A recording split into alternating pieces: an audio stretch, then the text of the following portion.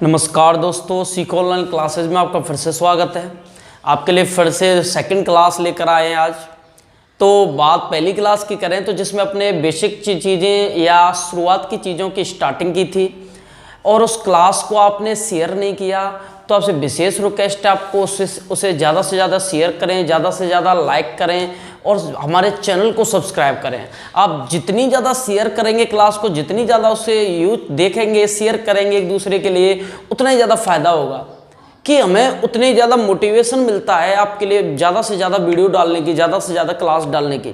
क्योंकि हम सिलेबस बड़ा है जिसमें अपन एनटीपीसी, रीट और सबका कवर करा के चलेंगे, तो आपके नैतिक दायित्व है इन सब चीज़ों को देख कर कि आप ज़्यादा से ज़्यादा इसको लाइक करें, शेयर करें और ज़्यादा से ज़्यादा वीडियो को देखें। आज अपन बात करेंगे आगे, सेकंड क्लास है। सेकंड क्लास में अपन बात करेंगे हिस्ट्री की। बात अपने स्टार्ट की थी जिसमें मैं आपको थोड़ी नॉलेज और देंगे आज। फिर इसके बाद अपन टॉपिक स्टार्ट करेंगे जिसमें अपन अगर बात करें, हमारी कंट्री का नाम है दोस्तों भारत। इसमें अपन एक और नाम ले सकते हैं इंडिया, और एक नाम आता है हिंदुस्तान। मेन बात आती है नामकरण की। भाई अपनी कंट्री है, इसका नामकरण भी तो हुआ है। पहले अपन नामकरण देख लें, फिर अपने टॉपिक में चलेंगे जिनमें आज अपन आद्य इतिहास यानी सभ्यताओं का टॉपिक लेंगे। लेकिन अपने कंट्री का भारत, इंडिया, हिंदुस्तान का नामकरण देखते हैं जिसमें अपन बात करें इंडिया को लेकर। इंडिया शब्द बना है दोस्तों इंडस से। इंडस। और दोस्तों ये बनना है सिंध से, या अपन कह सकते हैं सिंधु नदी के किनारे होने के कारण इसको इंडस और इंडिया से ही बन जाता है इंडस से बन जाता है इंडिया। ये जो सबसे पहले दिया था, ये दिया था दोस्तों यूनानियों ने। यूनानी यानी यूरोप से आए थे यूनानी। उन यूनानियों के द्वारा सिंधु नदी के किनारे बसे होने के कारण से इंडस और इंडिया से कालांतर बन गया था इंडिया। अब बात करें भारत को लेकर, तो दोस्तों भारत को लेकर कई मत हैं। जैसे अपन बात करें, भारत नाम का सर्वप्रथम उल्लेख,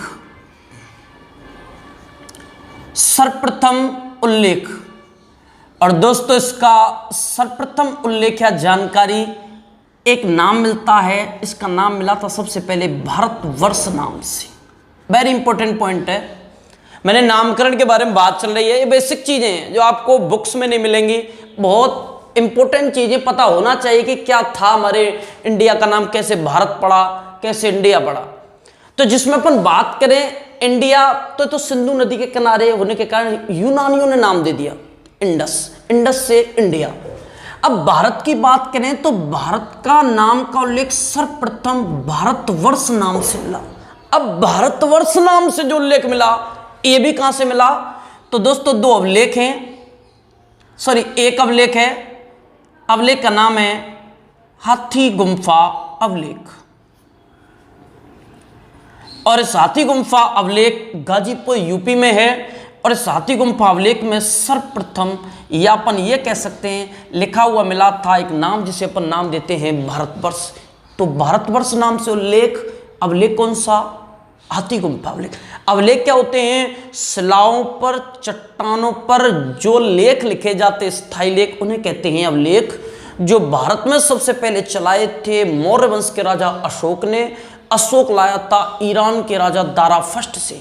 हमें वहां नहीं जाना, अभी वो चीजें आएंगी, लेकिन हमें बात करनी है हाथी गुम्फा अभिलेख का महत्व है, जिसमें सर्वप्रथम क्या नाम लिखा मिला? भारतवर्ष। फिर इसके बाद एक लेखक का आपने नाम सुना होगा, पाणिनि। और दोस्तों ये पाणिनि जो है, इसने एक बुक लिखी थी अष्टाध्यायी, जिसमें संस्कृत की व्याख्या लिखी गई है, अष्टाध्यायी। और अष्टाध्यायी नाम की पुस्तक में पाणिनि ने सर्वप्रथम इसका उल्लेख किया था, जिसे नाम दिया था भारतवर्ष। यानी 2 पॉइंट बने, भारतवर्ष नाम से उल्लेख हाथी गुम्फा अभिलेख और पाणिनि की पुस्तक अष्टाध्यायी में मिला। फिर भी इस भारत नाम के उल्लेख की और भी स्रोत हैं। जैसे अगर मैं बात करूं कालांतर में, जिनमें जैन ग्रंथ क्या कहते हैं? जैन ग्रंथ आप जानते होंगे, ऐसे ग्रंथ जिनमें जैन धर्म का उल्लेख मिलता है, जैन धर्म के बारे में विवरण मिलता है, उन्हें कहते हैं जैन ग्रंथ। जैन ग्रंथ की अगर बात करें, आपने पढ़ा होगा जैन धर्म के कुल 24 तीर्थकर हुए हैं। 24 तीर्थकर, बहुत इंपॉर्टेंट चीज है। तीर्थकर क्या है और ये बहुत इंपॉर्टेंट चीजें पूरी की पूरी अपने आगे सब आ जाएगा, आपको एक एक चीज बहुत ज्यादा खोलकर बताई जाएगी, वो कभी दिक्कत ही नहीं आएगी। तो जैन तीर्थकर कहते हैं स्थापना करने में अपना योगदान देने वाले। तो 24 जनों ने जैन धर्म की स्थापना में सहयोग दिया था, इसलिए इनको कह देते हैं 24 तीर्थकर। लेकिन इन 24 में भी एक प्रथम तीर्थकर था, यानी पहला व्यक्ति जिसने इस 24 की चेन की स्टार्टिंग की थी, प्रथम तीर्थकर। और दोस्तों, इस प्रथम तीर्थकर का नाम था ऋषभदेव। यानी कि अगर मैं बात करूं, हम बात करें इसके नामकरण की, नामकरण में मैं जैन ग्रंथों के अनुसार अगर बात करें तो जैन ग्रंथों के अनुसार वैसे जैन धर्म के 24 तीर्थकर होते हैं, उनमें प्रथम तीर्थकर था ऋषभदेव। और ऋषभदेव इतना तगड़ा विद्वान था, उसका एक पुत्र था जिसका नाम था भरत। और इस भरत नाम का जो ये व्यक्ति था, ये बहुत तगड़ा योद्धा, शक्तिशाली और विद्वान माना गया है। तो जैन ग्रंथ कहते हैं कि प्रथम तीर्थकर ऋषभदेव के पुत्र भरत के नाम पर इसका नाम क्या पड़ा था? भारत। यानी स्टेटमेंट अलग अलग दे रहे हैं। इसके बाद अगर अपन बात करें ऋग्वैदिक काल, ऋग्वैदिक काल है, वैदिक काल में ही पहला जो स्टेप होता है, पहला जो पार्ट होता है, वो ऋग्वैदिक काल का आता है। पहले समाज बटा हुआ था, जैसे अब बटा हुआ है समाज, ग्राम पंचायत, पंचायत समिति, नगर पालिका, ऐसे यानी पंचायती राज बटी हुई थी पहले भी, और आज भी बटी हुई, आज त्रिस्तरीय है, पहले भी बटी हुई थी। और इस ऋग्वैदिक काल में हमारा बटा हुआ था कुल, समाज बटा हुआ, देखना यहां, कुल, ग्राम, विष, जन और राष्ट्र। यानी पहले तो 5 पार्टों में समाज बटा था, अब 3 में। तो ये जो जन होता था, इसमें ये भी कह सकते हैं परिवार, परिवार से मिलकर गांव बने, गांव से मिलकर तहसील बनी, तहसील से मिलकर जिला बना, और जिलों से मिलकर राज्य या राष्ट्र का निर्माण हुआ। और ये जो जन था, इस जन का प्रसिद्ध व्यक्ति हुआ था भरत, और उसी के नाम पर इसका नाम पड़ा है भारत। ये कौन सा काल कहता है? ऋग्वैदिक काल। हिस्ट्री में वैदिक काल में ऋग्वैदिक काल आएगा तो उसमें कहते हैं जन का भरत नाम का व्यक्ति हुआ था, जन का, उनका मुखिया भरत के नाम पर इस देश का नाम पड़ा था भारत। लेकिन पौराणिक ग्रंथ कुछ और ही कहते हैं, पौराणिक ग्रंथ। और दोस्तों, पौराणिक ग्रंथ क्या कहते हैं? पौराणिक ग्रंथ कहते हैं दुष्यंत और शकुंतला, इन दोनों से एक पुत्र प्राप्त हुआ था भरत, जो ये कहा जाता है बहुत ही चक्रवर्ती सम्राट माना गया है। इसके नाम पर इस देश का नाम पड़ा है भारत।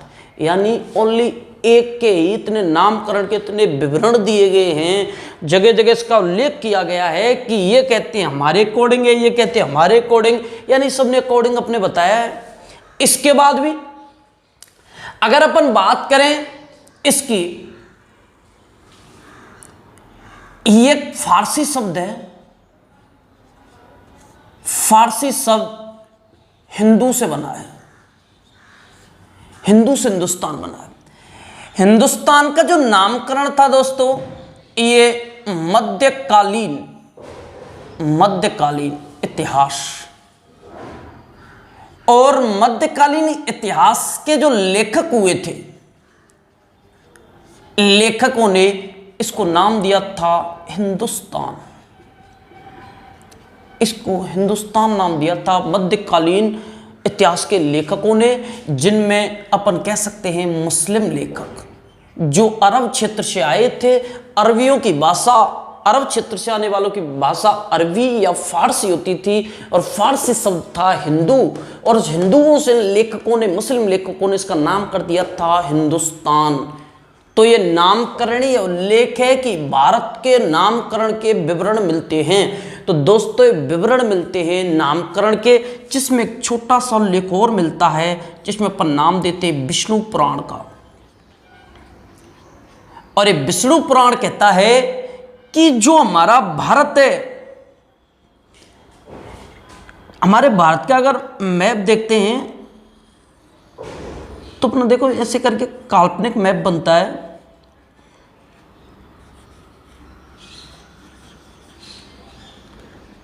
इसके दक्षिण में पूरी समुद्री भाग है, और दोस्तों इसके उत्तर में ऐसे करके हिमालय पर्वतमाला फैली है पूरी। अब ये विष्णु पुराण क्या कहता है, इसके अकॉर्डिंग ये जो क्षेत्र है वो समुद्र के उत्तर में और हिमालय के दक्षिण में। देखना विष्णु पुराण में उल्लेख मिलता है कि हिमालय के दक्षिण में, समुद्र के उत्तर में जो क्षेत्र है वहां भरत कबीला रहता है, भरत जाति का कबीला रहता है, और उसी भरत जाति के कबीले के द्वारा यह निवास स्थान बनाया गया, जिसको अपन नाम दे देते हैं भारत। ये पूरे नामकरण हैं जो अपन भारत को हो, इंडिया को हो या हिंदुस्तान को हो, जिसमें मैंने बताया सर्वप्रथम भारतवर्ष नाम से उल्लेख हाथी गुम्फा लेख और पाणिनि की पुस्तक अष्टाध्यायी में मिला। इसके बाद मैंने कहा जैन ग्रंथ अपने अकॉर्डिंग बताते हैं 24 तीर्थकर हुए, जिनमें पहला तीर्थकर ऋषभदेव, इसका पुत्र था दोस्तों भरत, जिसके नाम पर पड़ा। फिर मैंने बताया ऋग्वैदिक काल में कुल, ग्राम, विष, जनराशि का समाज था, जिनमें जन का जो प्रमुख था भरत नाम का व्यक्ति, उसके नाम पर इसका नाम भारत पड़ा। लेकिन पौराणिक ग्रंथ कहते हैं दुष्यंत और शकुंतला का पुत्र हुआ था भरत। और दोस्तों ये जो शकुंतला है यह विश्वामित्र की बेटी है। अब जो मेनका विश्वामित्र से हुई थी और इसने दुष्यंत से शादी की थी, जिनसे भरत पैदा हुआ था, और भरत के नाम से ये भारत पड़ा। फिर मैंने कहा सिंधु नदी के किनारे होने के कारण इसको सिंध या सिंधु, और इसी से शब्द बनाया इन्होंने इंडस, और इंडस से इन्होंने इसको बता दिया था इंडिया। हिंदुस्तान की बात करें तो फारसी भाषा का शब्द एक हिंदू, जब मध्यकालीन इतिहास या मध्यकालीन के लेखक जब भारत आए तो उन्होंने इसको हिंदुस्तान में फारसी भाषा में हिंदुओं की जनजाति ज़्यादा देखकर उनको हिंदू का फारसी शब्द लाया, उससे उनका नाम कर दिया था हिंदुस्तान। तो दोस्तों नामकरण की बात हो जाती है। इस नामकरण के बाद अपन आगे चलते हैं कि नामकरण के बाद मैंने कल पाषाण काल के बारे में विवरण बताया था फर्स्ट क्लास में। इसके बाद मैंने छोटा सी आपको जानकारी थी जो देनी थी कि भारत का नामकरण कैसे हुआ। अब बात आती है सेकंड स्टेप की। कल मैंने एक आप प्राग इतिहास के बारे में बताया था, और आज आद्य इतिहास के बारे में अपन बात करेंगे, जहां से अपनी सभ्यताओं की स्टार्टिंग होती है। मेन यहां से क्वेश्चन बनते हैं, तो एक बार स्क्रीनशॉट ले लें, आगे चलते हैं दोस्तों। तो दोस्तों अब बात करते हैं आगे। ये तो बेसिक नॉलेज हुई, लेकिन कल से अगर स्टेप आगे चलते हैं अपन हिस्ट्री में, तो आता है आद्य इतिहास। वेरी इंपॉर्टेंट फैक्ट है ये, और इस आद्य इतिहास का जो महत्व है वो अपन अभी नॉलेज में लेंगे, अभी विवरण लेंगे, इसका अध्ययन करेंगे। तो एक तो सबसे पहले आप क्लास देख रहे हो तो इसे आपका विशेष जिम्मेदारी, आप इसे शेयर करो, इसे लाइक करो, इस पर कमेंट भी करो। भाई कमेंट में जब आप बताओगे कि क्लास कैसी है तो हमें भी पता चलेगा। तो पहले आप कमेंट भी करो, शेयर भी करो, लाइक भी करो, और आपको और भी ज़्यादा मजा आएगा जब आप इतने ज़्यादा शेयर करोगे, जितने ज़्यादा लाइक करोगे आपको उतना ही मजा आएगा पढ़ने में, और हमें पढ़ाने में और भी ज़्यादा मजा आएगा। तो आपकी विशेष जिम्मेदारी है, आपको अगर आप वीडियो देखते हो आपको अच्छा लगता है तो आप शेयर करो इसे। अब बात कर लेते हैं, यहाँ देखो ये जो आद्य इतिहास है दोस्तों, इसके विशेष अर्थ माना जाता है मानव का वो समय जहां लेखन कला थी, लेकिन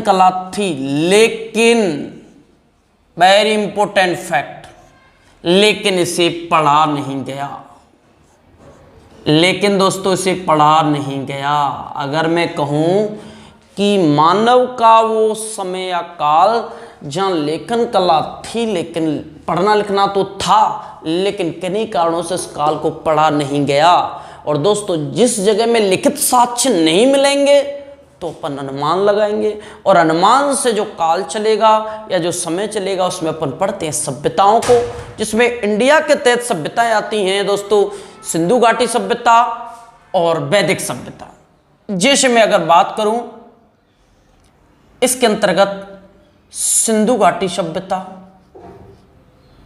सिंधु सभ्यता, और दोस्तों एक आती है वैदिक सभ्यता। वैदिक सभ्यता जनरली जब भी आप कहीं पढ़ोगे तो हिस्ट्री की स्टार्टिंग ही सिंधु घाटी सभ्यता से करते हैं कि यहीं से प्राचीन हिस्ट्री स्टार्ट होती है। लेकिन वो चीज़ें ऐसी हैं जो नॉलेज में होनी जरूरी हैं, जो अपने फर्स्ट क्लास में पढ़ी थी, क्योंकि जब यहीं से स्टार्ट होगी तो वो किस में आएगा, इसलिए उसको भी पढ़ना जरूरी था। वो नॉलेज में होना जरूरी है कि कहाँ से स्टार्टिंग हुई, किस चीज़ को हमने अपनाया, कहाँ से अपनाया और कब अपनाया। अब बात करते हैं आगे। तो सबसे पहले अपन लेंगे यहाँ सिंधु घाटी सभ्यता को लेकर चलेंगे दोस्तों। बहुत ब्रॉड मैटर है सिंधु घाटी सभ्यता को, एक एक से स्थलों को पढ़ेंगे, एक एक चीज को पढ़ेंगे एक एक से। तो आज अपन स्टार्ट कर देते हैं सिंधु घाटी सभ्यता। तो एक बार आप देख लें, इसके बाद अपन स्टार्ट करेंगे सिंधु घाटी सभ्यता को। स्क्रीनशॉट ले लें दोस्तों, अपन इसको आगे बढ़ाते हैं सिंधु घाटी सभ्यता को। तो दोस्तों बात करते हैं सिंधु घाटी सभ्यता की, और इसकी नॉलेज जरूरी है क्योंकि ये सबसे इंपॉर्टेंट है। सिंधु हो और वैदिक, दो सभ्यताएं इंडियन हिस्ट्री में जिन्हें अपन विशेष विस्तार से पढ़ते हैं। तो देखो सिंधु घाटी सभ्यता को अपन पढ़ते हैं तो सिंधु घाटी सभ्यता की मेन बात, इसे सिंधु घाटी सभ्यता क्यों नाम दिया गया, क्या क्या क्षेत्र में इसके नाम पड़े, लेकिन उससे पहले इसे कैसे कैसे निकाला गया, उसके बाद इसके नामकरणों की बात होगी, इसके बाद इसके स्थलों की बात होगी, इसके विस्तार की बात होगी। तो पहले इसकी एक जस्ट स्टोरी चलती है कि कैसे क्या हुआ था जिसमें इसकी स्टार्टिंग हुई थी। तो देखो यहां ये कहते हैं ये अपना भारत है, ये काल्पनिक भारत अपन बनाते हैं। दोस्तों देखना वेरी इंपॉर्टेंट चीज है। सबसे पहली चीज यहां से एक नदी निकलती है जिसे अपन कहते हैं सिंधु नदी। सिंधु की दोस्तों सहायक नदी हैं 5 जो उसमें मिलती हैं, ऐसे करके सहायक नदी 5, यानी 5 है और एक ये। प्राचीन समय में एक नदी और बहा करती थी, इसे अपन नाम देते हैं सरस्वती नदी, जो विलुप्त हो चुकी है। अब हुआ क्या था दोस्तों, यहां अपन ये मान सकते हैं यह एक टीला है यहां। अब होता क्या है कि प्राचीन समय के जो अवशेष हैं, इमारतें अगर किसी प्राकृतिक प्रकोप के कारण अगर दब जाती हैं तो कालांतर में उनको जब बहुत टाइम बीत जाता है तो वहाँ उथला हुआ या वहाँ उभार पैदा होता है, तो वहाँ टीले वगैरह, या गांव में आपने देखे होंगे टीले वगैरह निर्मित हो जाते हैं। तो उन टीलों की विशेष संरचना होती है जिनमें हमें फील होता है कि शायद ये प्राचीन समय के होंगे, इनमें कुछ दबा हुआ होगा। यही कारण था कि यहाँ हुआ जो था उसकी बात करते हैं। तो बात है दोस्तों 1826 की।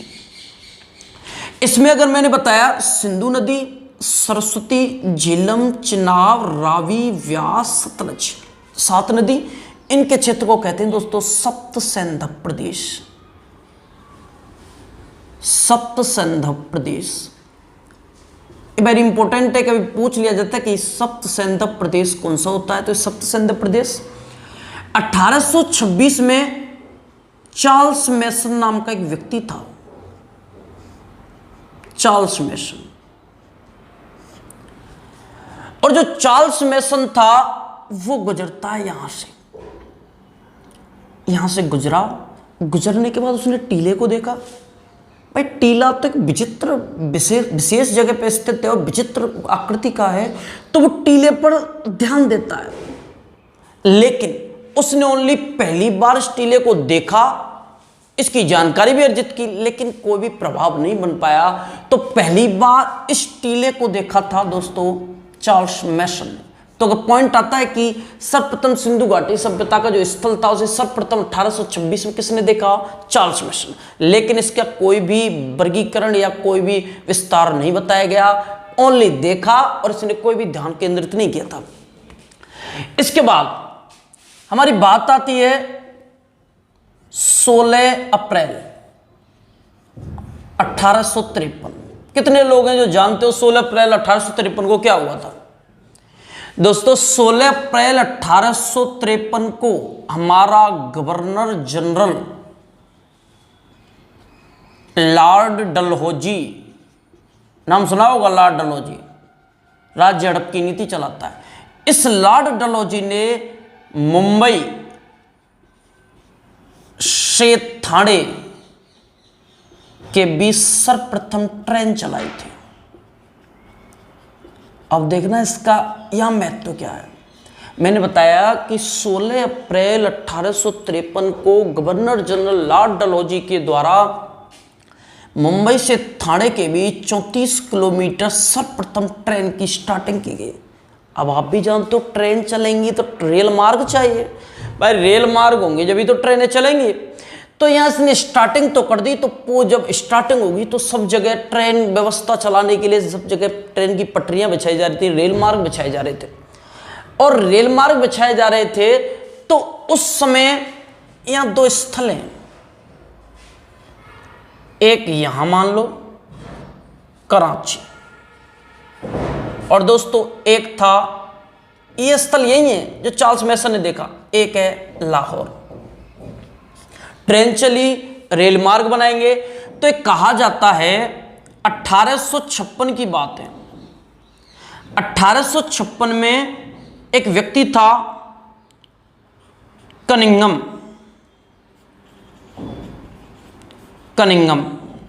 और कनिंघम के द्वारा जगह जगह रेल मार्ग बिछवाए जा रहे थे। तो यहां दो जनों को ठेका दिया गया, यानी कि अपन कह सकते हैं कराची से लाहौर के बीच में रेल मार्ग बिछाया जा रहा था और कनिंघम के द्वारा यहां दो व्यक्ति नियुक्त किए गए थे, कहते हैं ठेका ले लिया, जिनमें एक का नाम था जॉन बर्टन, एक का नाम था दोस्तों विलियम बर्टन, यानी दोनों ही बर्टन थे। इसका मतलब ये है दोस्तों ये दोनों ही भाई थे, रियल भाई थे, जिन्हें बर्टन बंधु कहते थे, जॉन बर्टन, विलियम बर्टन।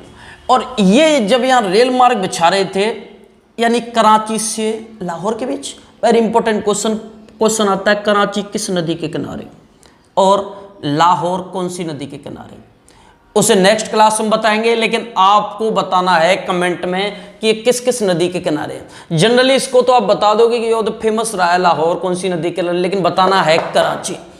तो देखो आगे अपन बात करते हैं, इनको अगली क्लास में बताएंगे इनको। अगर यहाँ 1856 में कराची से लाहौर के बीच रेल मार्ग बिछाया जा रहा है, अब जब रेल मार्ग बिछा तो इसकी खुदाई होती है, खुदाई में जब इसका निर्माण हो रहा था तो ईंटें कम पड़ गई। अब भाई ईंट कम पड़ गई तो ये जिम्मेदार, तो इन्होंने कहा ईंट कम पड़ गई, माल कम पड़ गया, तो भाई माल कहाँ से लाए तुरंत। तो मैंने बताया टीला बीच में इस जगह के, तो इन्होंने क्या किया, ईंटें कम पड़ने के कारण ये टीले को देखकर इसको खोदना स्टार्ट कर दिया, इसको ही खोद दिया, और इसको खोदकर इसमें से ईंटें निकाली तो विचित्र प्रकार की प्राचीन समय की ईंटें, वक्राकार ईंटें निकली।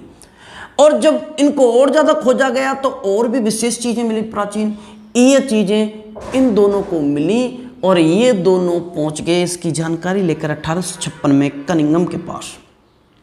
यानी कि अभी कोई मतलब नहीं, रेल मार्ग में इस टीले को खोज दिया गया, ये दोनों जिम्मेदारी लेकर कहाँ पहुंचे, कनिंघम के पास। कनिंघम सर्वे करने पहुंच गया, सर्वे करो, यानी ये कह सकते हैं 1856 में कनिंघम ने पहली बार इस टीले की सर्वे की, लेकिन कोई भी प्रभाव नहीं डाल पाया। इसके बाद इस कनिंगम या ये कह सकते हैं तभी हमारा वायसराय भारत का चेंज हुआ, जिसमें अपन कह सकते हैं हमारे भारत का नया वायसराय बना था दोस्तों लॉर्ड कैनिंग। 1857 की क्रांति हुई थी जिसमें कैनिंग ही था, उसमें कैनिंग ही था जिसे गवर्नर जनरल से वायसराय बना दिया गया था। और इस लॉर्ड कैनिंग ने 1861 में भारतीय पुरातात्विक सर्वेक्षण विभाग की स्थापना की। यानी पुरातत्व की जो चीजें हैं उनके सर्वेक्षण के लिए विभाग बनाया गया 1861 में, जिसे कहते हैं भारतीय पुरातात्विक सर्वेक्षण विभाग। और इस विभाग का अध्यक्ष बनाया कनिंगम को, यानी कैनिंग ने बनाया तो सही लेकिन पूरी जिम्मेदारी इसकी थी, इसके कहने पर बनाया। तो इस कनिंगम को इस पुरातात्विक सर्वेक्षण विभाग का कहा जाता है जनक। तो दोस्तों एक क्वेश्चन आता है, भारतीय पुरातात्विक सर्वेक्षण विभाग का जनक किसको कहते हैं? तो वो है कनिंगम। और इसको 1861 में बनाया गया और इसने जिम्मेदारी दी टीले की। तो कनिंगम ने 1861 में सेकंड सर्वे किया टीले का, लेकिन फिर भी कोई प्रभाव नहीं बना पाया। अब पॉइंट आता है, तो प्रभाव बना कब? ये तो पहली प्रारंभिक चीजें। मैंने कहा कि 7 नदियां जिनमें सिंधु सरस्वती विलुप्त हो गई, एक वो थी झेलम, चनाब, रावी, व्यास, सतलज। इन 7 नदियों के क्षेत्र को कहते हैं सप्त सिंधु प्रदेश।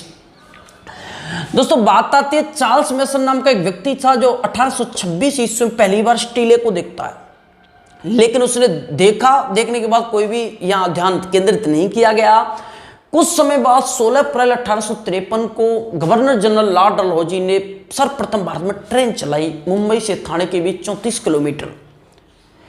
ट्रेन चलाने के बाद रेल मार्ग बनाए गए और रेल मार्ग में कराची से लाहौर के बीच एक रेल मार्ग बनाया जा रहा था, जिसमें जॉन बर्टन और विलियम बर्टन ने भाई काम कर रहे थे। तो उन्होंने इस टीले की खुदाई कर दी, ईंटें कम पड़ने के कारण, जिसमें विशेष प्राचीन साक्ष्य मिलने के कारण उन्होंने जानकारी दी कनिंगम को। कनिंगम ने 1856 में इस टीले का पहली बार सर्वे किया, लेकिन कोई भी प्रभाव नहीं बना पाया। तब 1861 में भारतीय पुरातात्विक सर्वेक्षण विभाग की स्थापना हुई, जिसका जनक कहते हैं कनिंगम को, पहला अध्यक्ष भी कहते हैं। लेकिन दोबारा भी सर्वे किया 1861 में, लेकिन प्रभाव नहीं बना पाया। तब ये जो विभाग है भारतीय पुरातात्विक सर्वेक्षण विभाग, इसका दोस्तों केंद्रीयकरण किया गया। और केंद्रीयकरण किया गया था 1904 में, और एक नया अध्यक्ष इसका सचिव बनाया गया था, महानिदेशक। और दोस्तों इसका महानिदेशक बना था, इसे अपन नाम देते हैं जॉन मार्शल। और जॉन मार्शल के द्वारा इस सभ्यता स्थल के लिए विशेष वर्क किए गए, विशेष कार्य किए गए, जिसका आगेपन पढ़। तो दोस्तों इससे आगे अपन नेक्स्ट क्लास में पढ़ेंगे।